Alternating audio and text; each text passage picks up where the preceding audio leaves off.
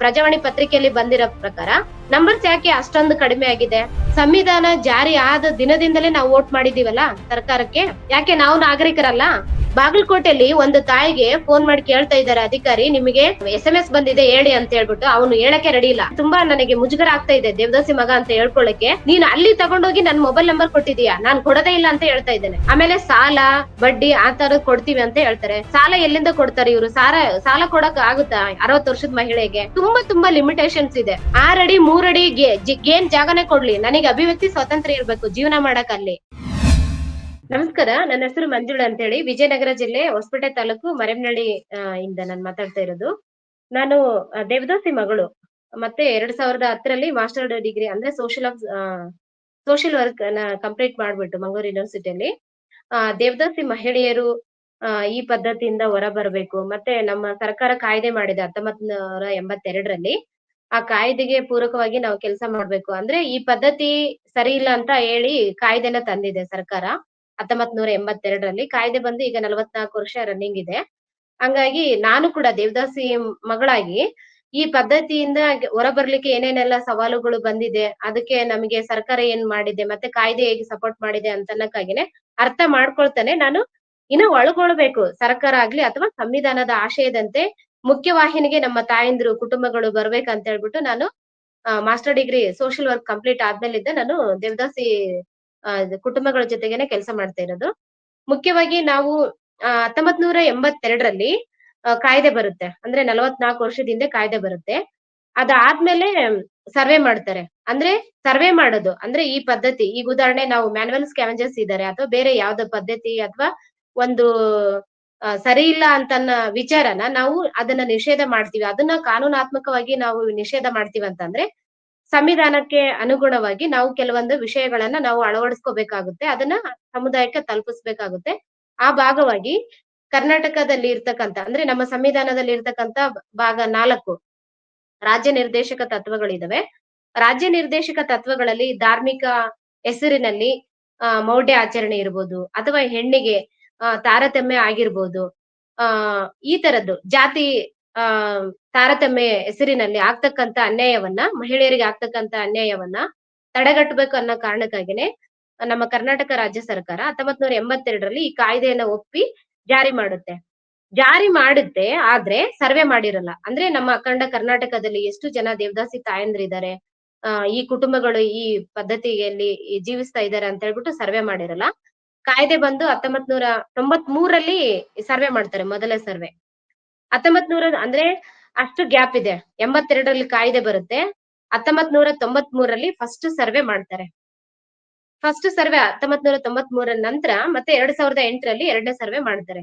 ಈ 2 ಸರ್ವೆಗೂ ಅಂತರ ಇದೆ. ಮತ್ತೆ ಕಾಯ್ದೆ ಬಂದು ಸರ್ವೆ ಮಾಡಿದಕ್ಕೂನು ಸುಮಾರು ಹಂತಗಳು ಇದಾವೆ. 14 ವರ್ಷ, 13 ವರ್ಷ, ಮತ್ತೆ 20 ವರ್ಷ, 15 ವರ್ಷ ಗ್ಯಾಪ್ ಅನ್ನ ನಾವು ಕಾಣ್ತೀವಿ.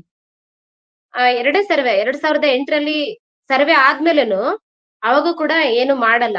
ಕಾಯ್ದೆ ಪ್ರಕಾರ ಮುಖ್ಯವಾಹಿನಿಗೆ ಬರ್ಬೇಕು. ಈ ಪದ್ಧತಿ ತಪ್ಪಂತ ಹೇಳಿದೆ ಅಂತಂದ್ರೆ ಸರಿಯಾದ ಮಾರ್ಗ ಯಾವ್ದು, ಸಂವಿಧಾನಾತ್ಮಕವಾಗಿ ಹೋಗ್ತಕ್ಕಂತ ಮಾರ್ಗ ಯಾವ್ದು ಅಂತ ಅನ್ನೋದನ್ನ ಸರ್ಕಾರ ಮಾಡಿರಲ್ಲ ಅದುವರೆಗೂನು. ಅದಾದ ನಂತರ 1982 ಕಾಯ್ದೆಗೆನೆ ಅಮೆಂಡ್ಮೆಂಟ್ ಮಾಡ್ತಾರೆ. ಅದನ್ನ ತಿದ್ದುಪಡಿ ಮಾಡಿ 2010ರಲ್ಲಿ ಅದನ್ನ ಅನುಷ್ಠಾನ ಮಾಡ್ತಾರೆ.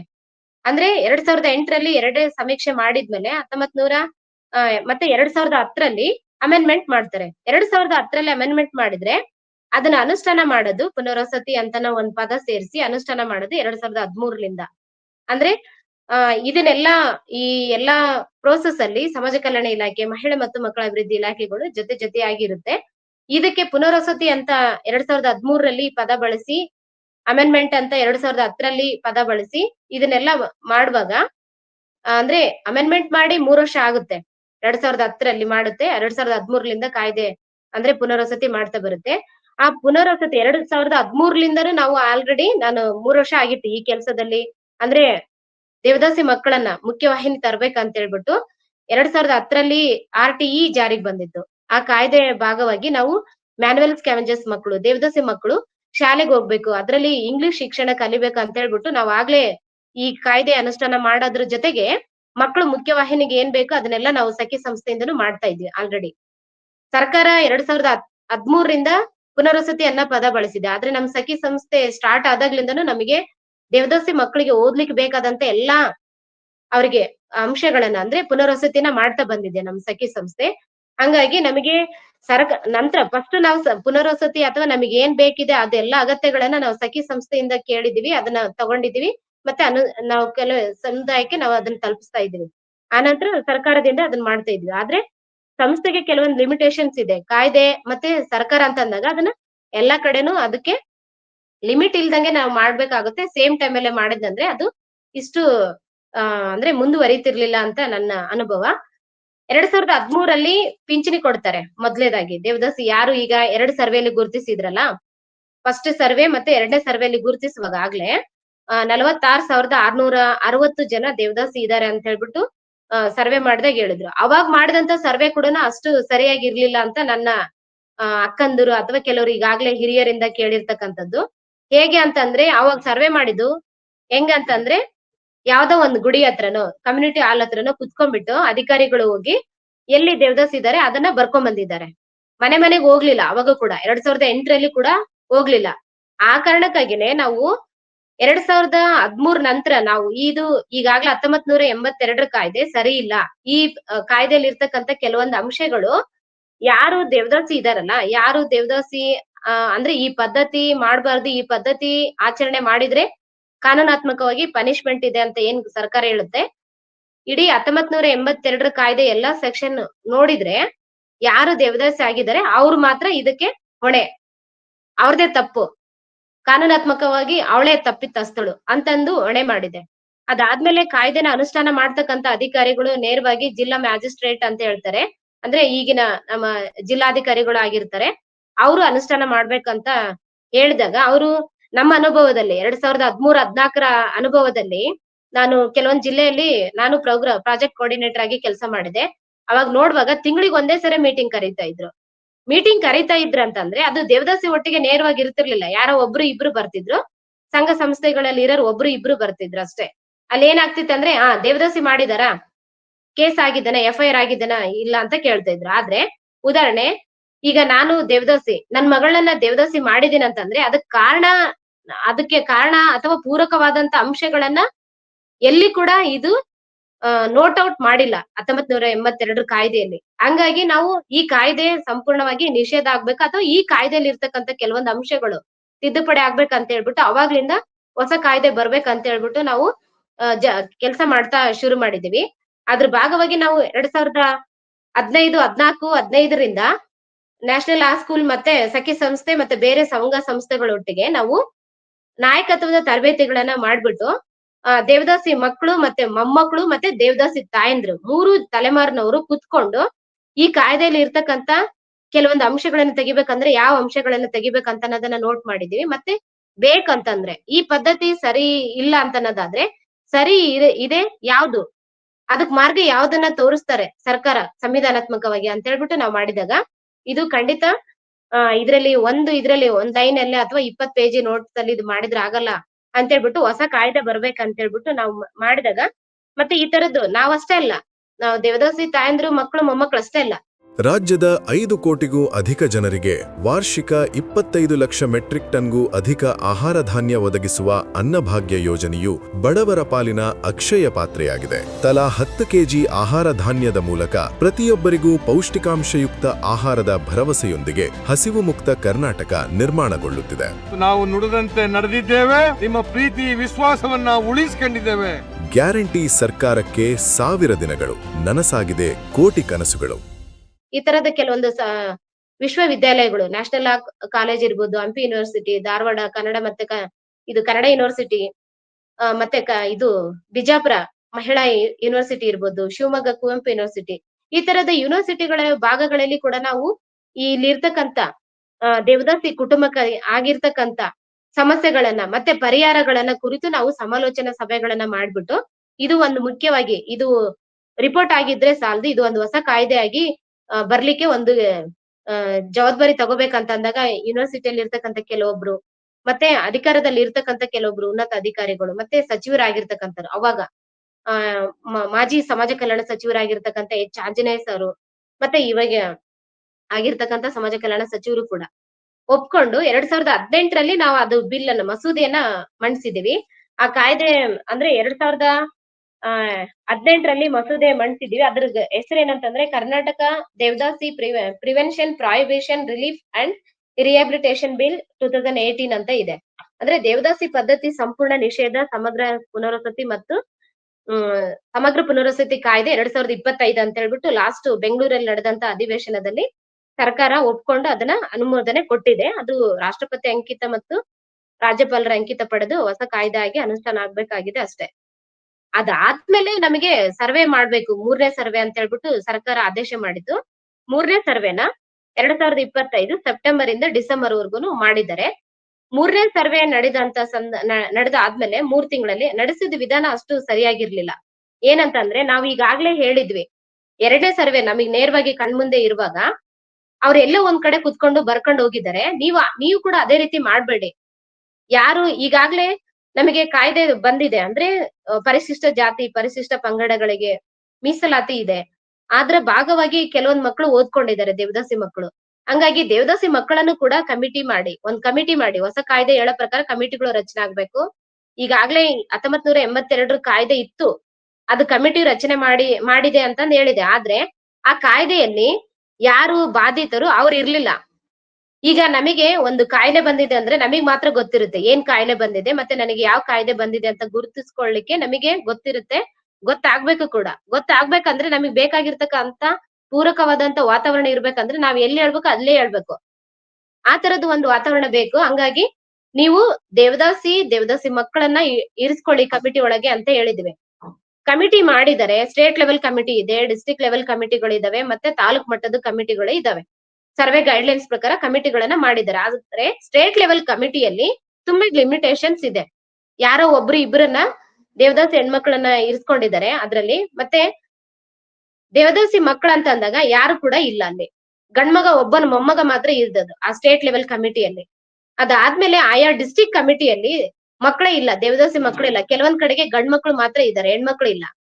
ಅಂದ್ರೆ ಈ ಪದ್ಧತಿ 6ನೇ ಶತಮಾನದಿಂದ ಹಿಡಿದು 21ನೇ ಶತಮಾನದವರೆಗೂ ಹೆಣ್ಣನ್ನೇ ಪಾತ್ರಧಾರಿ ಅಥವಾ ಸೂತ್ರ ಅಂತಂದ್ ಹೇಳಿ ಇಟ್ಕೊಂಡು ಪರ್ಟಿಕ್ಯುಲರ್ ಆಗಿ ಹೆಣ್ಮಕ್ಳಿಗೆ ಸೀಮಿತ ಆಗಿರ್ತಕ್ಕಂತ ಪದ್ಧತಿ ನಿಷೇಧ ಅಂತ ಬಂದಾಗ, ಕಾಯ್ದೆ ಅಂತ ಬಂದಾಗ, ಅಥವಾ ಪುನರ್ವಸತಿ ಅಂತ ಬಂದಾಗ ಗಂಡ್ಮಕ್ಳು ಮೊದ್ಲಿಗೆ ಬಂದ್ಬಿಡ್ತಾರೆ. ಯಾಕೆ? ಹಾಗಾಗಿ ನಾನು ಕೂಡ ಸುಮಾರು ಟೈಮ್ ನಾವ್ ಹೇಳಿದ್ವಿ, ಲಿಂಗ ತಾರತಮ್ಯ ಇದೆ, ಸಮುದಾಯದ ಒಳಗಡೆ ಇದೆ, ಕುಟುಂಬದ ಒಳಗಡೆನೆ ಇದೆ, ಸೊಸೈಟಿಯಲ್ಲಿನೇ ಮತ್ತೆ ಅಡ್ಮಿನಿಸ್ಟ್ರೇಟಿವ್ ಅಂತ ಬಂದಾಗ ಅಲ್ಲಿ ಕೂಡ ಕಾಣಿಸುತ್ತೆ. ಆದ್ರೆ ಕಾನೂನಾತ್ಮಕವಾಗಿ ಅದನ್ನ ನಾವು ಒಪ್ಕೊಳ್ಳಲ್ಲ. ಹೇಗೆ ಡಿಲೇ ಆಯ್ತು ಅಂತ ಅನ್ನೋದನ್ನ ನಾವು ಹೇಳಿದ್ವಿ. ಹಂಗಾಗಿ ಕಮಿಟಿ ಮಾಡಿ ಅಂತ ಹೇಳಿದಾಗ ಕಮಿಟಿ ಮಾಡಿಲ್ಲ. ತುಂಬಾ ಟೈಮ್ ತಗೊಂಡ್ರು ಅವರು, ಆದ್ರೆ ಮಾಡಿಲ್ಲ.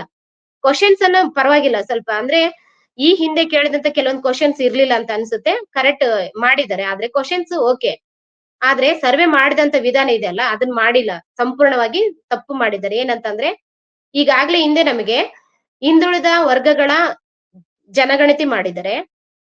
ಅದೇ ರೀತಿ ಒಳ ಮೀಸಲಾತಿ ಜಾರಿ ಆಗಕ್ಕಿಂತ ಮುಂಚೆ ಒಳ ಪಂಗಡಗಳದ್ದು ಜಾತಿಗಳದ್ದು ಸರ್ವೆ ಮಾಡಿದ್ದಾರೆ. ಮನೆಗೆ ಹೋಗ್ಬಿಟ್ಟು ಟ್ಯಾಬ್ ತಗೊಂಡು ಹೋದ್ರು, ಕ್ವಶನ್ ಏನಿತ್ತು ಅದನ್ನ ಹಾಕೊಂಡ್ರು, ಮನೆಗೆ ಹೋಗಿ ತಗೊಂಡ್ ಬಂದಿದ್ದಾರೆ ಮಾಹಿತಿನ, ಬೇಕಿರೋ ಮಾಹಿತಿನ. ಇದು ನಂಗ್ ಮಾಡಿಲ್ಲ, ಮನೆಗೆ ಹೋಗ್ಲಿಲ್ಲ. ಅವರು ಸಿಡಿಪೋ ಇಲಾಖೆ ಆಯಾ ಸಿಡಿಪೋ ಇಲಾಖೆಯಲ್ಲಿ ಕುತ್ಕೊಂಡು ಮಾಹಿತಿ ಕೊಟ್ಟಿದ್ದಾರೆ. ಮಾಹಿತಿ ಮತ್ತೆ ಪ್ರಚಾರ ಮಾಡಿದ್ದಾರೆ. ಪ್ರಚಾರ ಹೇಗ್ ಮಾಡಿದ್ದಾರೆ ಅಂತಂದ್ರೆ ಆಯಾ ಫ್ಲೆಕ್ಸ್ ಹಾಕಿದ್ದಾರೆ ಸಿಡಿಪೋ ಇಲಾಖೆಗಳಲ್ಲಿ, ಮತ್ತೆ ಕೆಲವೊಂದು ಇದ್ರಲ್ಲಿ ಫ್ಲೆಕ್ಸ್ ಹಾಕಿ ಮಾಹಿತಿ ಕೊಟ್ಟಿದ್ದಾರೆ. ಮತ್ತೆ ವಾಟ್ಸ್ಆಪ್ ಗ್ರೂಪ್ ಮಾಡಿದ್ದಾರೆ. ವಾಟ್ಸ್ಆಪ್ ಗ್ರೂಪ್ ಅಲ್ಲಿ ಮಾಹಿತಿ ಕೊಟ್ಟಿದ್ದಾರೆ. ವಾಟ್ಸ್ಆಪ್ ಗ್ರೂಪ್ ಅಲ್ಲಿ ಯಾರು ಇರ್ತಾರೆ? ದೇವದಾಸಿ ಮಕ್ಕಳು ಮೊಮ್ಮಕ್ಕಳು ಇರ್ತಾರೆ. ದೇವದಾಸಿಯರು ಇರ್ತಾರಾ? ಇಲ್ಲ. ಮತ್ತೆ ವಾಟ್ಸ್ಆಪ್ ಅಲ್ಲಿ ಕೆಲವೊಂದು ವಿಷಯಗಳನ್ನ ಹೇಳ್ಕೊಳಕ್ಕೆ ಆಗೋದಿಲ್ಲ. ದೇವದಾಸಿ ಅಂತಾನೆ ಹೇಳ್ಕೊಳಕ್ಕೆ ಈಗ ನಾವು 2-3 ಟೈಮಲ್ಲಿ ನಾವು ತುಂಬಾ ಹಿಂಜರಿಕೆ ಬಂದಿದೆ. ನೀನು ದೇವದಾಸಿ ಮಗಳಾ? ನೀನು ದೇವದಾಸಿನ ಅಂತಂದ್ ಹೇಳ್ತಾರೆ. ಅಂದ್ರೆ ಆ ತರ ಕೇಳುವಾಗ ಅಲ್ಲೇ ಒಂಥರ ಅಯ್ಯೋ ಇದೇನೋ ತಪ್ಪಿದ್ದಂಗ ಐತಿ, ದೇವದಾಸಿ ಅಂತ ಪದನೇ ತಪ್ಪಿದ್ದಂಗ ಐತಿ ಅಂತ ನಮಗೆ ಎಷ್ಟೋ ಸರಿ ಅನ್ಸಿದೆ ಕೂಡ. ಹಂಗಿರುವಾಗ ಇವ್ರ ಮನೆಗ್ ಹೋಗ್ಬಿಟ್ಟು ಸಿಡಿಪಿ ಇಲಾಖೆಯಲ್ಲಿ ಕುತ್ಕೊಂಡ್ ಮಾಡಿದ್ದಂದ್ರೆ ಹೆಂಗ್ ಬರ್ತಾರೆ ಅವರು, ಹೆಂಗೆ ಎನ್ರೋಲ್ ಆಗ್ತಾರೆ ಅಂತ ಅನ್ನೋದು ಒಂದು. ಮತ್ತೆ 46,660 ಜನ ಈ ಸರ್ವೆಯಲ್ಲಿ ಆಗ್ಬೇಕಾಗಿತ್ತು. MD ಅವ್ರು ಏನಂತಂದ್ರೆ, ನಾವು ಸರ್ವೆ ಆಗ್ತಕ್ಕಂತ ಸಂದರ್ಭದಲ್ಲಿನೇ ನಾವ್ ಹೇಳಿದ್ವಿ ಇದು ಸರಿ ಆಗ್ತಾ ಇಲ್ಲ ಅಂತ. 3 ಸರಿ ಮೀಟಿಂಗ್ ಮಾಡಿದ್ವಿ MD ಸರ್ ಒಟ್ಟಿಗೆ. ಏನ್ ಹೇಳಿದ್ರಂದ್ರೆ ಅವರು, ಈಗಾಗ್ಲೇ 46,660 ಜನರದ್ದು ಎನ್ರೋಲ್ ಮಾಡಕ ನೋ ರಿಸ್ಟ್ರಿಕ್ಷನ್. ಯಾಕಂದ್ರೆ ಈಗಾಗ್ಲೇ ಅವ್ರದ್ದು ಯಾವ ಜಾತಿಯರಂತ ಇದೆ, ಅವಾಗ ಎಷ್ಟು ವಯಸ್ಸಿತ್ತಂತ ಇದೆ, ಯಾವ ದೇವರಿಗೆ ಸಮರ್ಪಣೆ ಆಗಿದಾರಂತ ಇದೆ, ಅವೆಲ್ಲ ನೋ ಅಬ್ಜೆಕ್ಷನ್, ಎಲ್ಲರದು ಎನ್ರೋಲ್ ಆಗುತ್ತೆ ಅಂತಂದ್ ಹೇಳಿದ್ದಾರೆ. ಹಾಗಾದ್ರೆ ಇವತ್ತು ಪ್ರಜಾವಾಣಿ ಪತ್ರಿಕೆಯಲ್ಲಿ ಬಂದಿರೋ ಪ್ರಕಾರ ನಂಬರ್ಸ್ ಯಾಕೆ ಅಷ್ಟೊಂದು ಕಡಿಮೆ ಆಗಿದೆ? ಯಾಕೆ ಅಂತಂದ್ರೆ ನಾನು ಸರ್ವೆ ನಡೆದಂತ ಸಂದರ್ಭದಲ್ಲಿ ಸೆಪ್ಟೆಂಬರ್ 15ರಿಂದ ಸರ್ವೆ ನಡೆದಿದೆ. 15ರಿಂದ ಡಿಸೆಂಬರ್ 30 ಅಂದ್ರೆ 29 ವರೆಗೂ ಸುತ್ತಾಡಿದ್ದೀನಿ. 12 ಜಿಲ್ಲೆಗೆ 382 ಕುಟುಂಬಗಳಿಗೆ ಮಾತ್ರ ನಾನು ಭೇಟಿ ಮಾಡಕ್ಕಾಗಿದ್ದು. ಆಯಾ ತಾಲೂಕಿನ ಅಷ್ಟು ಕುಟುಂಬಗಳಿಗೆ ಮಾತ್ರ ನಾನು ಭೇಟಿ ಮಾಡಕ್ಕಾಗಿದ್ದು. 26,000 ಜನಕ್ಕೆ ಮಾತ್ರ ನಾವು ಹೆಚ್ಚು ಮಾಹಿತಿ ಕೊಡಕ್ಕಾಗಿದ್ದು. ಯಾಕಂತಂದ್ರೆ ನಮಗೆ ಲಿಮಿಟೇಷನ್ಸ್ ಇದೆ, ಫೈನಾನ್ಷಿಯಲ್ ಮತ್ತೆ ಹ್ಯೂಮನ್ ರಿಸೋರ್ಸ್ ಕೂಡ ತುಂಬಾ ನಮಗೆ ಕಡಿಮೆ ಇತ್ತು. ಆದ್ರೂ ಕೂಡ ನಮ್ ಸಮುದಾಯ ಅಂತ ಹೇಳ್ಬಿಟ್ಟು ನಮ್ ತರ ಇರೋ ಸ್ನೇಹಿತರು ಕೆಲವರು ತುಂಬಾ ಜವಾಬ್ದಾರಿ ತಗೊಂಡು ಅಷ್ಟು ಇದು ಮಾಡಿದ್ದಾರೆ, ಅಂದ್ರೆ ಮಾಹಿತಿ ಕೊಟ್ಟಿದ್ದಾರೆ. ಇವ್ರು ಕೇಳಿದಂತ ಡಾಕ್ಯುಮೆಂಟ್ಸ್ ಅನ್ನ ತಗೊಂಡ್ಬಂದು ಅರ್ಜಿ ಸಲ್ಲಿಸ್ಲಿಕ್ಕೆ ಅವರು ಸಹಾಯ ಮಾಡಿದ್ದಾರೆ. ನಾನ್ ನೇರವಾಗಿ ನೋಡಿದ್ದೇನಂತಂದ್ರೆ ಈ 2025 ಸರ್ವೆಯಲ್ಲಿ ಅವ್ರು ಹೇಳಿದ್ರು, ಈಗ ಡಿಬಿಟಿ ಮೂಲಕ ಕೆಲವ್ರದ್ದು ಪೆನ್ಷನ್ ಬರ್ತಿತ್ತು ಮಹಿಳಾ ಮತ್ತು ಮಕ್ಕಳ ಅಭಿವೃದ್ಧಿ ಇಲಾಖೆಯಿಂದ. ಅವರು ಡೈರೆಕ್ಟ್ ಬೆನಿಫಿಷಿಯರಿ ಟ್ರಾನ್ಸ್ಫರ್ ಅಂತ ಹೇಳ್ಬಿಟ್ಟು ಮಾಡ್ತಾ ಇದ್ರು. ಅದು ಓಕೆ. ಈಗಾಗ್ಲೇ ಅವರು ದೇವದಾಸಿ ಪುನರ್ವಸತಿ ಯೋಜನೆ ಮೂಲಕ ಪೆನ್ಷನ್ ತಗೊಳ್ತಾ ಇರೋರು ಮಾತ್ರ ಆಧಾರ್ ಅಲ್ಲಿ ಮೊಬೈಲ್ ನಂಬರ್ ಇತ್ತು, ಅವರು ಡಿಬಿಟಿನು ಮಾಡಿಸಿದ್ರು, NCPI ಆಕ್ಟಿವೇಟ್ ಆಗಿತ್ತು, ಅವ್ರದ್ದು ಸಮಸ್ಯೆ ಇರ್ಲಿಲ್ಲ, ಆಯ್ತು. ಅದೊಂದು ಇವ್ರು ಅವ್ರನ್ನ ಕರೆಸ್ಕೊಂಡ್ರು, KYC ಅಪ್ಡೇಟ್ ಮಾಡ್ಕೊಂಡು ಅವರಿಂದ ಮಾಹಿತಿ ತಗೊಂಡು ಕಳಿಸಿದ್ದಾರೆ. ಆದ್ರೆ ಎಲ್ಲಾ ಜಿಲ್ಲೆಯಲ್ಲಿ ಈ ತರ ನಡೆದಿಲ್ಲ. ನಾನು ಹೇಳ್ತೀನಿ, ಯಾವ ಜಿಲ್ಲೆಯಲ್ಲಿ ಓಡಾಡಿದ್ದೀನಿ, 12 ಜಿಲ್ಲೆಯಲ್ಲಿ ಓಡಾಡಿದ್ದೀನಿ, ಈ ತರ ಮಾಡಿಲ್ಲ. ಕಲಬುರಗಿಯಲ್ಲಿ ಒಂಥರ ಮಾಡಿದ್ದಾರೆ, ಯಾದಗಿರಿಯಲ್ಲಿ ಒಂಥರ ಮಾಡಿದ್ದಾರೆ, ವಿಜಯನಗರದಲ್ಲಿ ಒಂಥರ ಮಾಡಿದ್ದಾರೆ, ಕೊಪ್ಪಳದಲ್ಲಿ ಒಂಥರ ಮಾಡಿದ್ದಾರೆ. ಏನ್ ಕೇಳ್ತಾ ಇತ್ತಂದ್ರೆ ಅವ್ರದ್ದು ಆಧಾರ್ ಕಾರ್ಡ್ ಅನ್ನು ತಗೊಂಡ್ಬಂದ್ಬಿಟ್ಟು KYC ಅಪ್ಡೇಟ್ ತಗೊಂತಿದ್ರು. KYC ಅಪ್ಡೇಟ್ ಆಗ್ಬೇಕಂದ್ರೆ ಆಧಾರ್ ಕಾರ್ಡ್ ಅಲ್ಲಿ ಇರೋ ಮೊಬೈಲ್ ನಂಬರ್ ವರ್ಕ್ ಆಗ್ಬೇಕು. ಅದಕ್ಕೆ SMS ಬರುತ್ತೆ. SMS ಅಲ್ಲಿ ಅವ್ರು ಹೇಳ್ಬೇಕು, ಮತ್ತೆ OTP ಹೇಳ್ಬೇಕು. ಬಾಗಲಕೋಟೆಯಲ್ಲಿ ಒಂದು ತಾಯಿಗೆ ಫೋನ್ ಮಾಡಿ ಕೇಳ್ತಾ ಇದ್ದಾರೆ ಅಧಿಕಾರಿ, ನಿಮಗೆ SMS ಬಂದಿದೆ ಹೇಳಿ ಅಂತ ಹೇಳ್ಬಿಟ್ಟು. ಅವನು ಹೇಳಕ್ಕೆ ರೆಡಿ ಇಲ್ಲ. ಇವಾಗ ಆಗಿರೋದೇ ನನಗೆ ತುಂಬಾ ಮೋಸ, ಮತ್ತೆ ನನಗೆ ಆಗ್ಲೇ ತುಂಬಾ ಮುಜುಗರ ಆಗ್ತಾ ಇದೆ ದೇವದಾಸಿ ಮಗ ಅಂತ ಹೇಳ್ಕೊಳ್ಳಕ್ಕೆ. ನೀನ್ ಅಲ್ಲಿ ತಗೊಂಡೋಗಿ ನನ್ ಮೊಬೈಲ್ ನಂಬರ್ ಕೊಟ್ಟಿದೀಯಾ, ನಾನ್ ಕೊಡೋದೇ ಇಲ್ಲ ಅಂತ ಹೇಳ್ತಾ ಇದ್ದೇನೆ. ಕಣ್ಣೀರ್ ಹಾಕೊಂತ ಬಂದಿದ್ದಾಳೆ ದೇವದಾಸಿ ಹೆಣ್ಮಗಳು. ಎಷ್ಟು ಅವ್ರಿಗೆ ಒಂದು 60 ವರ್ಷ ವಯಸ್ಸಿದೆ, ಅವ್ರಿಗೆ ಆ ಪೆನ್ಷನ್ ಬಿಟ್ರೆ ಬೇರೆ ಏನು ಇದು ಬರ್ತಾ ಇಲ್ಲ. ಹೇಳ್ತಾ ಇದ್ದಾಳೆ, ಕಣ್ಣೀರ್ ಹಾಕಿ ಹೇಳ್ತಾ ಇದ್ದಾಳೆ. ಅಂದ್ರೆ ತಾಯಿ, ನೀನು ಡಿಗ್ರಿ ಓದಿ ನೀನು ಕೂಡ ಬೇರೆ ನಾಗರಿಕರ ತರ ಆಗು ಅಂತ ಹೇಳ್ಬಿಟ್ಟು ಆಕಿ ಎಷ್ಟೇ ಕಷ್ಟ ಇದ್ರು ಕೂಡ ತಾನು ಶಾಲಾ ಕಾಲೇಜಿಗೆ ಕಳಿಸಿದ್ದಾಳೆ. ಆದ್ರೆ ಕಾಲೇಜಲ್ಲಿ ಈ ಕೀಳರಿಮೆಯಿಂದ ಹೊರಗ್ ಬರ್ಲಿಕ್ಕೆ ಬೇಕಾದಂತ ವಾತಾವರಣನೇ ನಿರ್ಮಾಣ ಮಾಡಿಲ್ಲ. ಆ ತರ ಕೇಳ್ತಾ ಇದ್ದಾರೆ. ಏನಂತಂದ್ರೆ ಅಂದ್ರೆ ಒಂದು ಡಿಗ್ರಿ ಓದಿರ್ತಕ್ಕಂತ ಮಗ, ನಾನು ದೇವದಾಸಿ ಹೇಳ್ಕೊಳಕ್ಕೆ ತುಂಬಾ ಅವಮಾನ ಆಗ್ತಾ ಇದೆ, ನೀನು ಅಲ್ಲಿ ಹೋಗಿ ಮೊಬೈಲ್ ನಂಬರ್ ಕೊಟ್ಟಿದೀಯಾ ಅಂತಂದ್ರೆ 21ನೇ ಶತಮಾನದಲ್ಲಿ ಹೇಳ್ತಾನೆ ಅಂತ. ಅಂದ್ರೆ ವಾಟ್ಸಪ್ ಗ್ರೂಪ್ ಅಲ್ಲಿ ಆ ತರದ ಮಕ್ಕಳು ಕೂಡ ಇದ್ದಾರೆ. ನಾನು ಮಗ ಹೇಳಿದ್ ತಪ್ಪಂತ ಹೇಳ್ತಾ ಇಲ್ಲ, ಆದ್ರೆ ನೇರವಾಗಿ ದೇವದಾಸಿ ಈ ತರ ಕೀಳರಿಮೆ ಅಥವಾ ಈ ತರ ಸ್ವಾತಂತ್ರ್ಯ ಇಲ್ಲದೆ ಇರುವಾಗ ಮಗನಿಂದ ಕೂಡ ಇದು ಲಿಂಗ ತಾರತಮ್ಯ ಇರ್ಬೋದು, ಬಡತನ ಇರ್ಬೋದು, ಅವಲಂಬನೆ ಇರ್ಬೋದು. ಈಗ ವಯಸ್ಸಾದ್ಮೇಲೆ ಪುನರ್ವಸತಿ ಅಂತ ಅಂದಾಗ ಬೇರೆ ಬೇರೆ ಸೆಕ್ಷನ್ ಅಲ್ಲಿ ಪುನರ್ವಸತಿ ಮಾಡ್ಬೇಕಂತ ಹೇಳಿದೆ, ನೇರವಾಗಿ ಬ್ಯಾಂಕ್ ಅಂತ ಹೇಳುತ್ತೆ. ಬ್ಯಾಂಕ್ ಮಗನೇ ನೋಡ್ಕೊಳಲ್ಲ ರಕ್ಷಣೆ ಅಂದಾಗ ತಾಯಿನ ಬ್ಯಾಂಕ್ ಏನ್ ನೋಡ್ಕೊಳ್ಳುತ್ತೆ? ಆಮೇಲೆ ಸಾಲ ಬಡ್ಡಿ ಆ ತರದ್ ಕೊಡ್ತೀವಿ ಅಂತ ಹೇಳ್ತಾರೆ. ಸಾಲ ಎಲ್ಲಿಂದ ಕೊಡ್ತಾರೆ ಇವ್ರು? ಸಾಲ ಕೊಡಕ್ ಆಗುತ್ತಾ 60 ವರ್ಷದ ಮಹಿಳೆಗೆ? ತುಂಬಾ ಲಿಮಿಟೇಷನ್ಸ್ ಇದೆ.